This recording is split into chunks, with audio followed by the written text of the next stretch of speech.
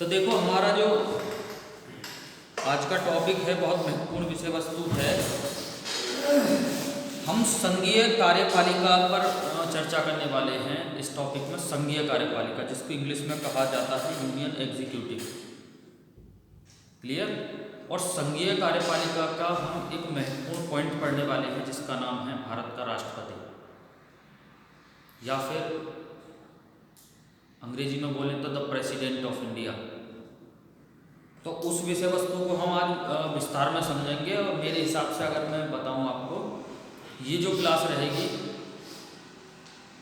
IAS, PCS और UPSI, यानी कि 3 विशेष रूप से परीक्षाओं को ध्यान में रखते हुए मैं यहाँ एक्सप्लेन करूँगा पूरे विषय वस्तु को, जो भी मुझे यहाँ पे बतानी है। ठीक है, एक एक बातों को, एक एक पॉइंट्स जो भी इसके अंदर बताए जाने हैं उनको बहुत ध्यान से सुनना है केवल, ताकि चीज़ें अपने आप क्लियर हो जाएंगी। और मैं बताऊंगा भी किस प्रकार क्वेश्चन परीक्षा में पुटअप होंगे, किस किस तरीके के एग्जाम में आने हैं क्वेश्चन। तो देखिए, जैसा कि आप जानते ही होंगे कि भारत में संघीय कार्यपालिका का जो प्रधान होता है वो भारत का राष्ट्रपति होता है। संघीय कार्यपालिका का जो प्रधान होता है वो भारत का राष्ट्रपति, या इसको ऐसा भी कह सकते हैं कि संघीय कार्यपालिका का प्रमुख कौन होता है?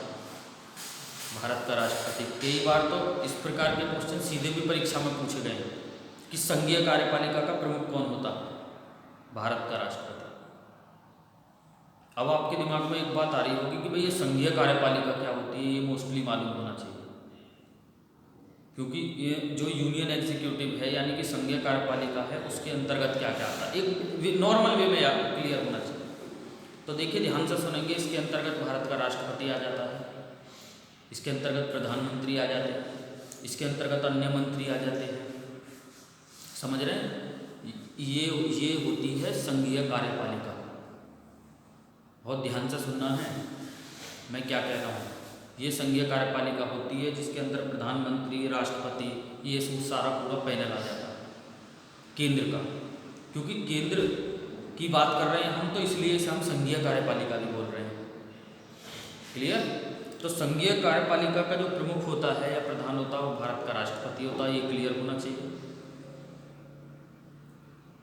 अगर एग्जाम में यहाँ से 2 क्वेश्चन नॉर्मल वे में कई बार बन जाते हैं तो इसको बहुत अच्छी तरीके से याद रखें। पहला ये बन जाएगा कि संघीय कार्यपालिका का प्रमुख कौन होता है? भारत का राष्ट्रपति। संघीय कार्यपालिका का नाम मात्र का प्रमुख कौन होता है? भारत का राष्ट्रपति। लेकिन इस बात को हमेशा याद रखना है कि संघीय कार्यपालिका की जो वास्तविक शक्ति होती है वो प्रधानमंत्री के पास होती है।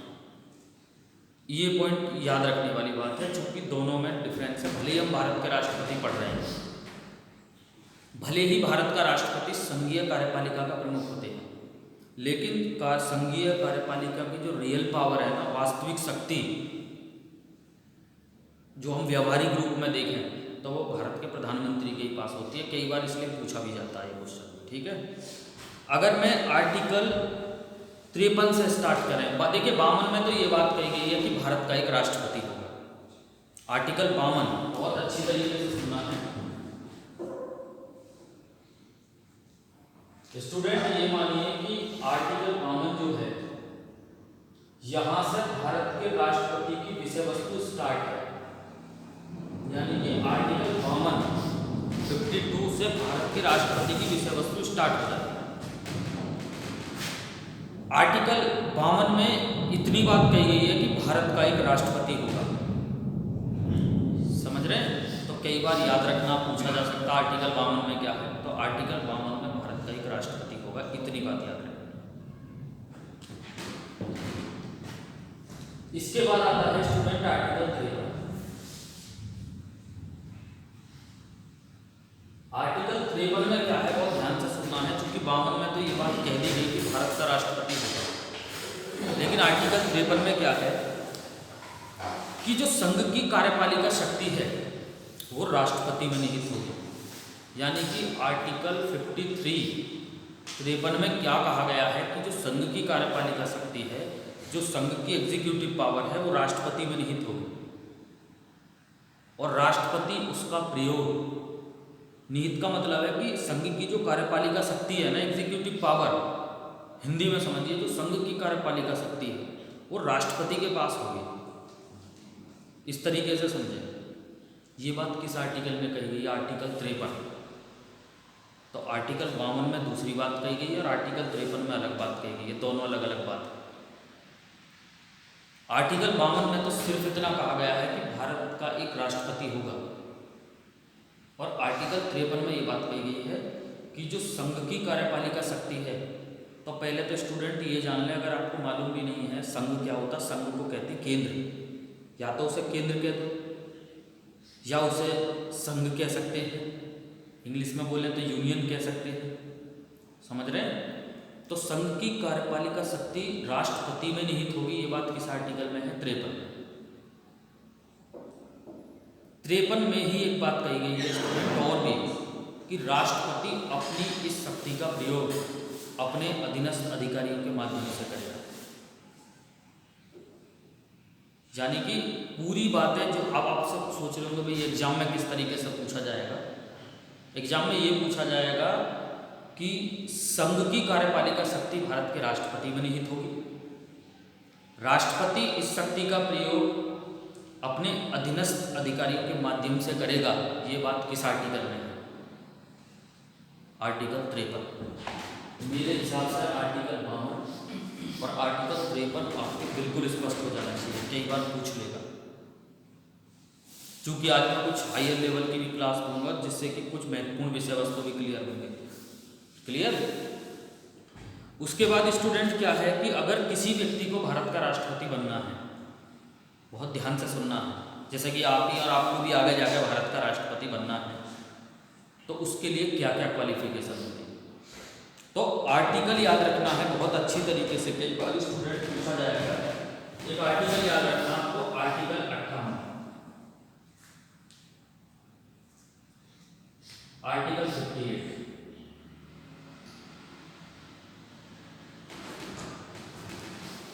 आर्टिकल 58 आपको याद होना चाहिए, ये जहन में होना चाहिए कि अनुच्छेद 58 भारत के राष्ट्रपति की क्वालिफिकेशन से संबंधित है। जैसे कि आप उत्तर प्रदेश पुलिस का एग्जाम देंगे तो वहाँ एक क्वालिफिकेशन होती है कि 12वीं पास होना जरूरी है। क्लियर? और इतनी उम्र होनी चाहिए कम से कम, ऐसा ही है, ज़्यादा इतनी होनी चाहिए, इससे ज़्यादा नहीं होनी चाहिए। तो ऐसे ही भारत का राष्ट्रपति बनने के लिए क्या क्या क्वालिफिकेशन होती हैं, ये बात किस आर्टिकल में की गई है? ये बात भारत आर्टिकल 58 में कही गई है। स्टूडेंट इस बात को आप दिमाग में बैठना है। यूपी पुलिस एसआई के हिसाब से अगर हम देख रहे हैं स्टूडेंट, ये क्वेश्चन बहुत इंपॉर्टेंट है। कभी एग्जाम में पूछा जाएगा कि अनुच्छेद 58 किससे संबंधित है, तो वहाँ आपका आंसर होना चाहिए राष्ट्रपति की क्वालिफिकेशन से संबंधित है। इंग्लिश में कह सकते हैं qualification of the India president 58। अब क्वालिफिकेशन क्या क्या है जरा ध्यान देंगे। पहली क्वालिफिकेशन जो आपको याद होनी चाहिए स्टूडेंट, ये जो पहली क्वालिफिकेशन है, ये मान के चलो अगर मैं इसकी पहली क्वालिफिकेशन की बात करूं भारत के राष्ट्रपति की, तो ये क्वालिफिकेशन ऐसी है, ये सभी के लिए बराबर होगी। आगे चल के भी हम पढ़ेंगे तो बहुत चीज़ों में ये सेम है। एक तो भारत का नागरिक होना चाहिए। भारत का राष्ट्रपति जिस व्यक्ति को भी बनना है उसको सबसे पहले तो भारत का नागरिक होना चाहिए, यानी कि भारत का नागरिक। दूसरी क्वालिफिकेशन, अगर किसी व्यक्ति को भारत का नागरिक भारत का राष्ट्रपति बनना है तो उसकी उम्र कम से कम 35 वर्ष होनी चाहिए। दूसरी क्वालिफिकेशन, पहला भारत का नागरिक हो, दूसरा अगर किसी व्यक्ति को भारत का राष्ट्रपति बनना है तो उसकी उम्र कम से कम 35 वर्ष होनी चाहिए, यानी कि अगर 34 वर्ष भी है तो वो भारत का राष्ट्रपति नहीं बन सकते, यानी कि एक सिंसियर पर्सन होना चाहिए। तीसरी क्वालिफिकेशन क्या है, बहुत अच्छी तरीके से देखेंगे। लोकसभा का सदस्य निर्वाचित होने की योग्यता रखते हैं, यानी कि लोकसभा का सदस्य ना हो, बहुत ध्यान से सुनिए मैं क्या कह रहा हूं, लोकसभा का सदस्य निर्वाचित होने की योग्यता रखते हो, यानी कि ऐसी योग्यता रखते हो कि अगर लोकसभा का चुनाव कहीं से लड़ना है तो तो वो जीत जाएं, यानी कि इस तरीके की योग्यता रखें, उस टाइप की योग्यता रखें जो लोकसभा के चुनाव के लिए होती है मोस्टली। ठीक है, तो 3 क्वालिफिकेशन आपके दिमाग में होनी चाहिए।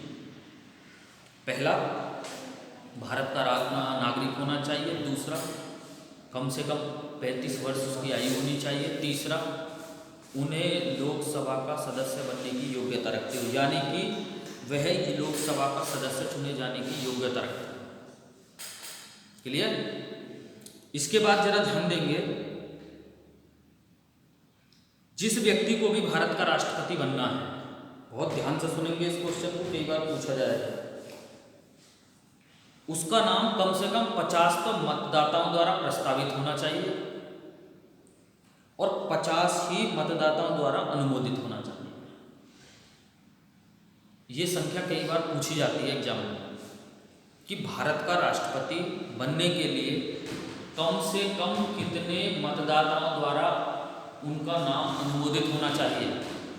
तो वहाँ आपको याद रखना ही रखना है कि कम से कम 50, इसको आप गिनती को अच्छी तरह माइंड में बैठा लें, कम से कम 50 मतदाताओं द्वारा अनुमोदित या प्रस्तावित होना चाहिए। अनुमोदित भी 50 अलग और प्रस्तावित भी। देखिए ध्यान से सुनना, मतदाताओं का मतलब है जो राष्ट्रपति को वोट डालते हैं।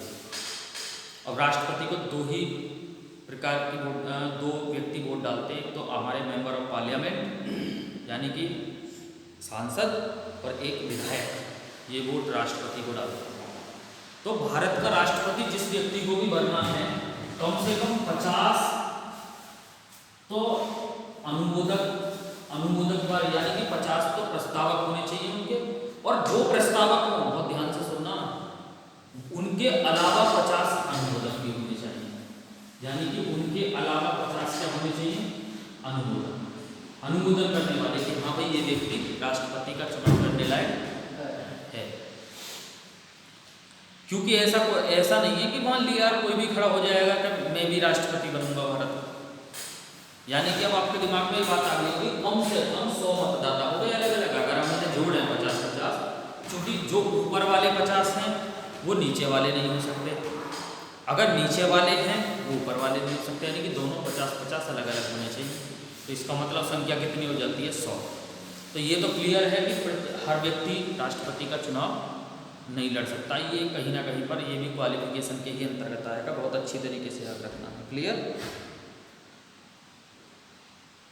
उसके बाद अगर मैं इनकी जमानत राशि की बात करता हूँ, जमानत राशि कई बार परीक्षा में पूछ ली जाएगी।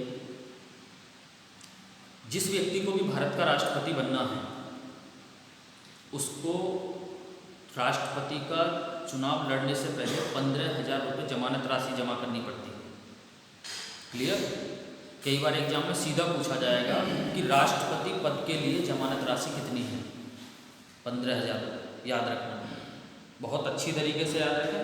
कई बार पूछ ली जाएगी कि राष्ट्रपति पद के लिए जमानत राशि कितनी होती है? 15,000। लेकिन स्टूडेंट बहुत ध्यान से सुनेंगे, भारत का राष्ट्रपति यानी कि जो भी भारत का राष्ट्रपति बनना है, उस व्यक्ति को राष्ट्रपति पद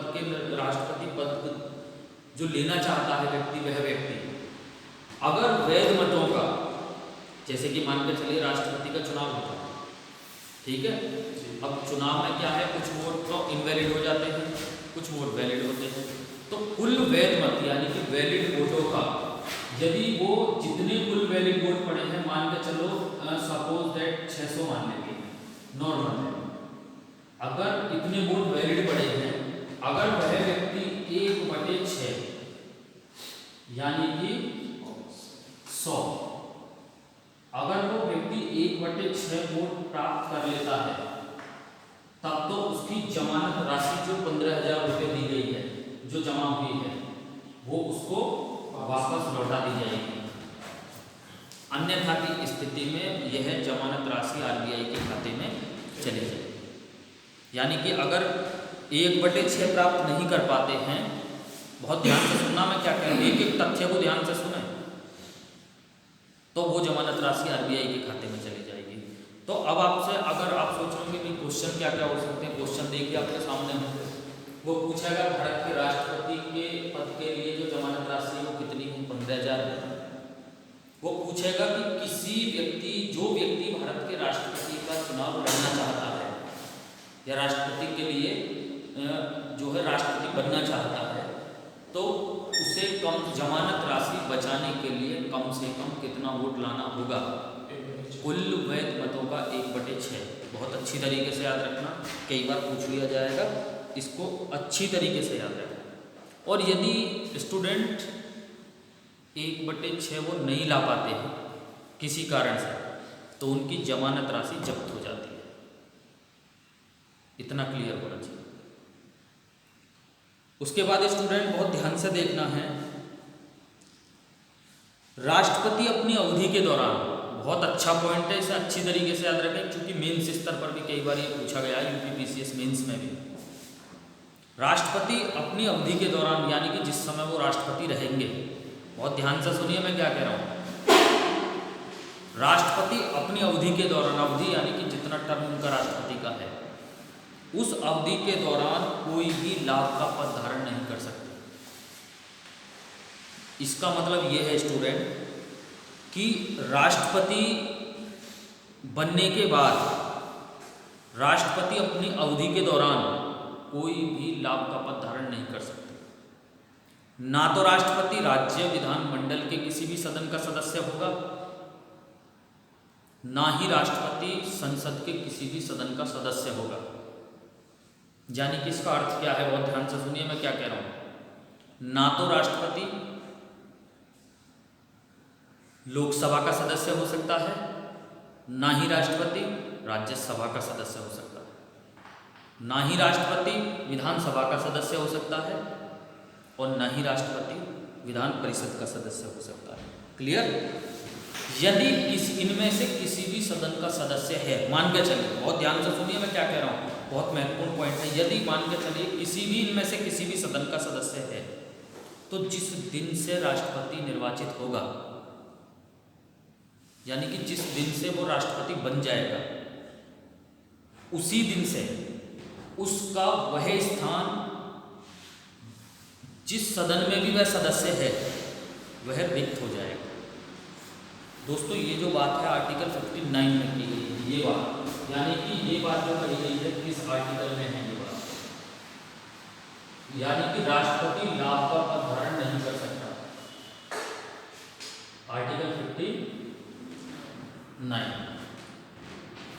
इतनी बात मेरे हिसाब से समझ में आ जानी चाहिए, और बहुत बेहतर कंसेप्ट है ये, क्लियर होना चाहिए एकदम। यानी कि जो कंसेप्ट पीसीएस मेंस स्तर तक भी पूछा जा रहा है, आईएएस में भी पूछे जा रहे हैं, तो बहुत बेहतर है। यानी कि सीधी सी बात है, बस इतना याद रखिए कि भारत का राष्ट्रपति किसी अपनी अवधि के दौरान लाभ के पद पर नहीं होना चाहिए। समझ रहे हैं? लाभ के पद पर, यानी कि लाभ का पद का मतलब वो है, यानी कि वो किसी भी सदन का सदस्य नहीं होगा, ऐसा समझो। हाँ, लाभ का पद तो छोड़िए, सॉरी, ये लाभ के पद के बारे में नहीं है, लाभ का पद मैं आगे बताऊंगा। यानी कि किसी भी सदन का सदस्य नहीं होना चाहिए, ना तो लोकसभा का सदस्य हो, ना ही राज्यसभा का सदस्य हो, ना ही स्टेट में विधानसभा का सदस्य हो किसी भी सदन का, या ना ही विधान परिषद का हो। और यदि है भी बनने से पहले, बहुत ध्यान से सुनिए, बनने से पहले अगर है, तो जिस दिन वो राष्ट्रपति बनेंगे उसी दिन से उनका वह स्थान उस सदन में, जिस सदन में भी वो सदस्य हैं, क्या हो जाएगा, रिक्त हो जाएगा, यानी कि समाप्त हो जाएगा। क्लियर है? यानी कि राष्ट्रपति अपने कार्य,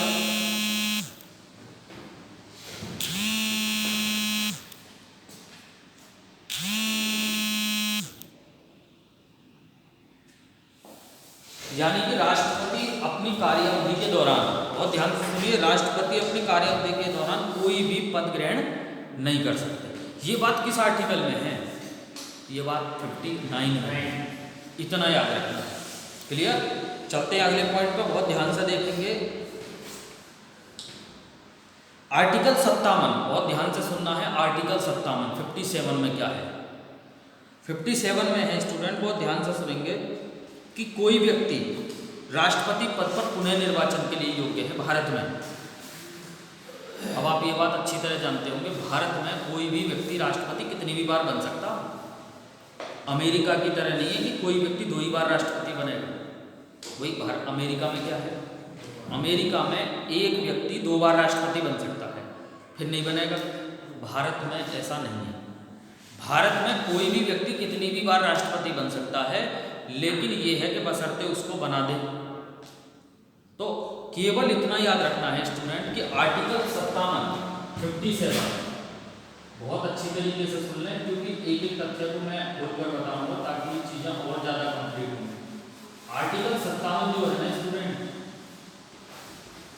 वो है राष्ट्रपति पद के लिए पुनर्निर्वाचन के लिए योग्य। आपसे एग्जाम में पूछेगा कौन सा अनुच्छेद राष्ट्रपति के पुनर्निर्वाचन से संबंधित है। आर्टिकल 57 यानी कि 57। पुनर्निर्वाचन का मतलब ये है इसका कि कोई भी व्यक्ति भारत में कितनी भी बार राष्ट्रपति बन सकता है, बशर्ते उसे बना दिया जाए। यानी कि मेंबर ऑफ पार्लियामेंट और विधायक उसको वोट डालते हैं, एमएलए और एमपी, बशर्ते उनको बनाते हैं। भारत में एकमात्र ऐसे राष्ट्रपति रहे, ये याद रखना है, डॉक्टर राजेंद्र प्रसाद, जो भारत में लगातार 2 बार भारत के राष्ट्रपति बने। लगातार के बारे में बात कर रहा हूँ। तो ये कई बार पूछा भी जाता है एग्जाम में कि भारत के वह एकमात्र राष्ट्रपति कौन से हैं जो लगातार 2 बार राष्ट्रपति बने। डॉक्टर राजेंद्र प्रसाद। समझ में आई कुछ? तो 57 में मेरे हिसाब से आर्टिकल 57 आपके क्लियर हो जाना चाहिए। अगर स्टूडेंट हम इसके बाद बात करें तो अब बहुत ज़्यादा महत्वपूर्ण विषय वस्तु पर बात करने वाला हूँ, राष्ट्रपति का निर्वाचक मंडल, यानी कि राष्ट्रपति को कौन कौन वोट डालते हैं। सबसे पहले तो आपको ये बात मालूम होनी चाहिए स्टूडेंट कि राष्ट्रपति का जो निर्वाचक मंडल आता है वो आर्टिकल 54 में आता है। ये बात आपको क्लियर होना चाहिए, बहुत महत्वपूर्ण विषय वस्तु है, याद रखना। यानी कि आर्टिकल 54 किससे संबंधित है? आर्टिकल 54 संबंधित है राष्ट्रपति के निर्वाचन मंडल से, या फिर इंग्लिश में बोले तो इसे ऐसा कह सकते हैं, electoral college of the India president. इसमें सिर्फ आपको इतना याद रखना है, राष्ट्रपति के निर्वाचक मंडल में कौन वोट डालते हैं। इसका मतलब ये है, आसान भाषा में ये समझिए। तो एक तो याद रखेंगे आप लोकसभा के सदस्य, लोकसभा और राज्यसभा तथा राज्य विधानसभाओं के निर्वाचित सदस्य। बस एक लाइन याद रखनी है। अगर आपसे कोई सामान्य तौर पर भी पूछे कि राष्ट्रपति के निर्वाचन में कौन वोट डालते हैं, तो आप एक लाइन में बहुत बड़े आसान भाषा में जवाब दे सकते हैं, लोकसभा, राज्यसभा और राज्य विधानसभाओं के निर्वाचित सदस्य। बहुत ध्यान से बात सुननी है, निर्वाचित सदस्य। निर्वाचित यानी कि जिनको जनता डायरेक्ट वोट डालती है, निर्वाचित। यानी कि इससे सीधी बात एक स्पष्ट क्लियर हो जाती है, ना तो मनोनीत सदस्य राष्ट्रपति के निर्वाचन में वोट डालते हैं, ये क्लियर हो जाना चाहिए। मनोनीत समझ रहे हैं, नॉमिनेट, जैसे कि राज्यसभा में 12 सदस्यों को राष्ट्रपति करता, ये नहीं डालते। तो सिर्फ एक लाइन में याद रखिए, भारत के राष्ट्रपति को कौन वोट डालता है? लोकसभा, राज्यसभा और राज्यों की विधानसभाओं के निर्वाचित सदस्य, यानी कि एमपी और एमएलए। ये बात एकदम स्पष्ट हो जानी चाहिए। यानी कि मेंबर ऑफ पार्लियामेंट भारत के राष्ट्रपति को वोट डालते हैं, MLA member of legislative assembly वो भी भारत के राष्ट्रपति को वोट डालते हैं, बशर्ते सारे निर्वाचित होने चाहिए, मनोनीत नाम यानी कि नॉमिनेट नाम। इतना याद रखना, इतना क्लियर है। ये मान के चलिए स्टूडेंट, यहाँ से क्वेश्चन ज़्यादातर मैंने देखा दिल्ली पुलिस कांस्टेबल तक के भी एग्जाम में पूछे गए यहाँ से क्वेश्चन इलेक्टोरल कॉलेज से। पहले क्या था वो ध्यान से सुनिए, अब तो जम्मू कश्मीर भी एक केंद्र शासित प्रदेश बन गया। पहले 2 ही केंद्र शासित ऐसे थे केंद्र शासित प्रदेश जो राष्ट्रपति के निर्वाचन में भाग लेते थे। यहाँ से आगे भी एक क्वेश्चन पूछा जाएगा, ये बात याद रखें। 70वां संविधान संशोधन 1992 बहुत महत्वपूर्ण संविधान संशोधन है, याद रखना। फिर से मैं ये बताऊंगा, 70वां संविधान संशोधन 1992 यानी कि 1992 में एक संशोधन हुआ जिसका नाम था 70वां संविधान संशोधन।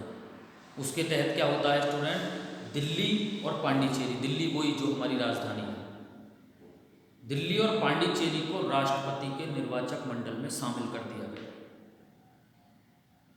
अब आपके बात एक बात दिमाग में यहाँ से आ जानी चाहिए अपने आप, यानी कि इतनी थिंक आपको डेवलप करनी पड़ेगी एक बेहतर और रैंकेबल सफलता लेने के लिए।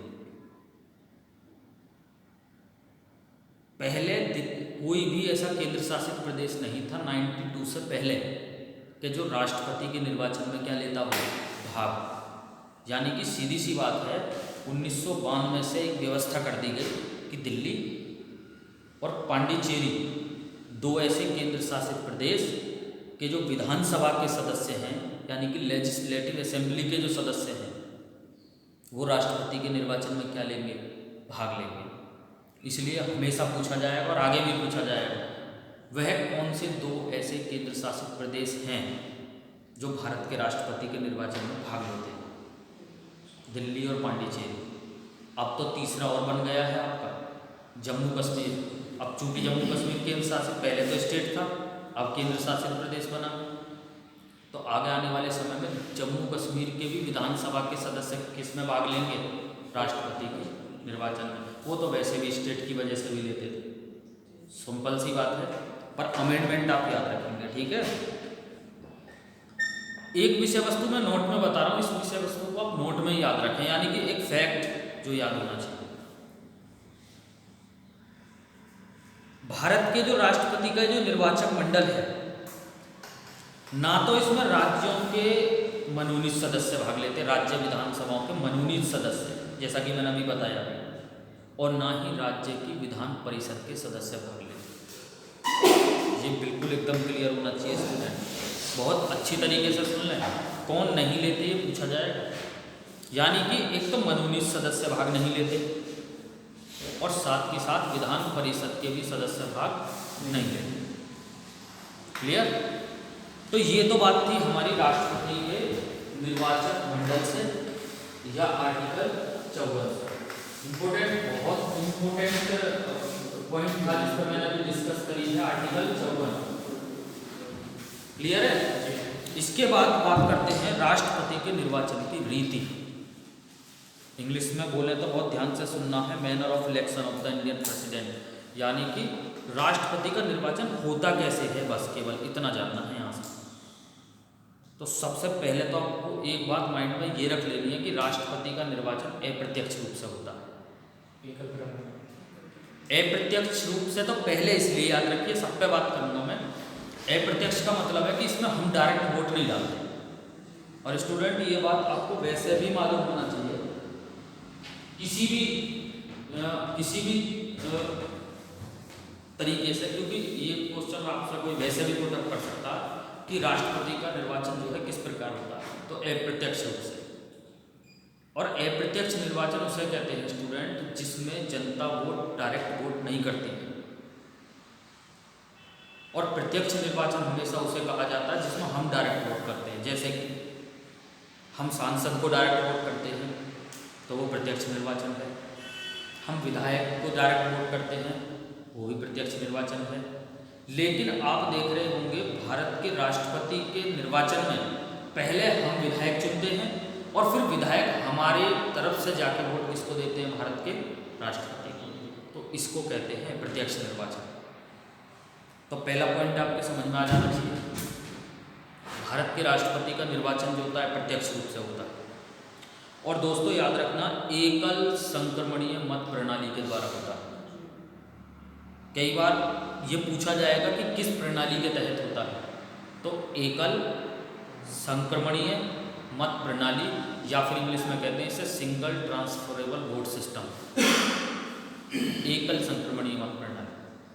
आप सोच रहे होंगे एकल संक्रमणीय मत प्रणाली क्या होती है स्टूडेंट? ये ऐसी होती है, इसे ध्यान से सुने, जैसे मान के चलो 5 उम्मीदवार हैं भारत के राष्ट्रपति, ठीक, और आप वोट डालने जाते हैं भारत के राष्ट्रपति के लिए, तो आप प्रेफरेंस के हिसाब से वोट देंगे होगा पांचों को। मर्जी है आपकी, पांचों को दे सकते हैं, एक को भी दे सकते हैं। यानी कि पहले नंबर पर मैं इसे रखूंगा, समझ रहे हैं, दूसरे नंबर पर मुझे ये सही लग रहे हैं, तीसरे नंबर पर मुझे ये सही लगे। यानी कि इस वाले सिस्टम को क्या कहा जाता है? एकल संक्रमणीय मत प्रणाली। इसे इंग्लिश में कहा जाता है single transferable vote system. Clear? यहाँ से ये फैक्ट क्लियर होना चाहिए। तो मेरे हिसाब से इतनी बात समझ में आ जानी चाहिए। यानी कि राष्ट्रपति के जो निर्वाचन की रीति है जो मैंने भी बताई, इसमें सिर्फ आप दो फैक्ट याद रखें, एक तो अप्रत्यक्ष निर्वाचन और एक एकल संक्रमणीय मत प्रणाली। क्लियर? लेकिन ये बात किस आर्टिकल में है अगर पूछें, क्योंकि हम थोड़ा सा विस्तार लेवल पर भी आज चर्चा कर रहे हैं, तो ये बात है आर्टिकल 55, यानी कि राष्ट्रपति के निर्वाचन की जो रीति है स्टूडेंट, वो आर्टिकल 55 है। मेरे हिसाब से इतनी बात क्लियर हो जाना चाहिए। ठीक, 54 में निर्वाचन मंडल और 55 में रीति, समझ रहे हैं? 58 में क्वालिफिकेशन याद होना चाहिए, 57 में पुनः निर्वाचन के लिए योग्य। क्लियर? ऐसे ही याद होना चाहिए ना। और आप देख रहे होंगे 59 में था कि किसी भी सदन का सदस्य नहीं होंगे राष्ट्रपति, और यदि हैं तो निर्वाचन की तिथि से उनका स्थान क्या हो जाएगा? रिक्त। ये बात 59 में थी। तो मेरे हिसाब से आपको इतनी बात समझ में आ जानी चाहिए। क्लियर है जी? उसके बाद बात करते हैं राष्ट्रपति की पदावधि की। यहाँ से बहुत क्वेश्चन एग्जाम में पूछे जाते हैं, यानी कि इंग्लिश में term of office of the India president, यानी कि राष्ट्रपति की पदावधि। पदावधि का मतलब राष्ट्रपति कितने समय तक अपना कार्य करेगा, समझ रहे होंगे। तो बहुत ध्यान से सुनना है। राष्ट्रपति की जो पदावधि है, सबसे पहले तो आपको याद रखना है आर्टिकल 56, आर्टिकल 56, आर्टिकल 56 जो है स्टूडेंट को राष्ट्रपति की पदावधि के बारे में बताता है। अब देखो किस तरीके से याद रखना है। वैसे तो राष्ट्रपति का कार्यकाल 5 वर्ष का होता है, पहले स्टेप में जो आपको याद रखना, यानी कि अगर आपसे कोई सामान्य भी क्वेश्चन करें कि जी राष्ट्रपति का कार्यकाल कितना होता है, तो राष्ट्रपति का जो कार्यकाल होता है वो सामान्य रूप से 5 वर्ष का होता है। पहली बात बहुत ध्यान से सुनना है। किंतु इस 5 वर्ष की अवधि के बीच में अगर उसे ऐसा लगता है कि मुझे पद छोड़ देना चाहिए किसी भी कारण से, तो इस अवधि के बीच में वो अपना रेजिग्नेशन लेटर यानी कि त्यागपत्र कभी भी भारत के उपराष्ट्रपति को दे सकते हैं। तो आपको 2 स्टेप यहाँ से मालूम पड़ जाने चाहिए। पहला तो सामान्य रूप से कार्यकाल 5 वर्ष का।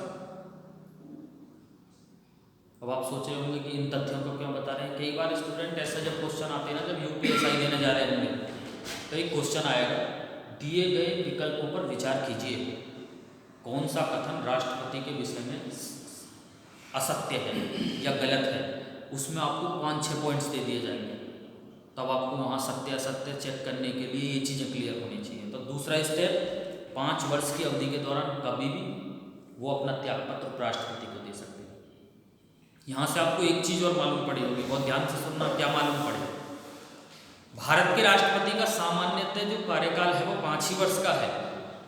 दूसरा, इस बीच में वो अपना त्यागपत्र किसको देते हैं? उपराष्ट्रपति को देते हैं, यानी कि वाइस प्रेसिडेंट को। ये भी क्लियर हो जाना चाहिए। बहुत ध्यान से सुनेंगे। इसके अलावा क्या तरीका है उनको हटाने का? तो स्टूडेंट ये क्वेश्चन बहुत बेहतर है, कभी पूछा जाएगा।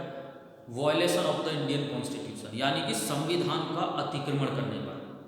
एक ही तरीका है स्टूडेंट, बस इस तरीके को आप याद रख लें बिल्कुल स्पष्ट। संविधान का अतिक्रमण करने पर भारत के राष्ट्रपति को संसद के द्वारा महाभियोग लगाकर हटाया जा सकता है। यानी कि तीसरा तरीका, मैं आपको स्टेप बाय स्टेप बता रहा हूं ताकि चीजें एकदम दिमाग में जाती रहें कि भाई किसके बाद क्या है। यानी कि पहला 5 वर्ष के बाद भी हट जाएंगे कार्यकाल में, इस बीच में परेशानी होती है उन्हें पद से, तो अपना त्यागपत्र दे सकते हैं। भारत के उपराष्ट्रपति को कभी भी अपना त्यागपत्र दे सकते हैं। तीसरा स्टेप, यदि संविधान का अतिक्रमण कर दिया, यानी कि violation of the Indian constitution, तब उस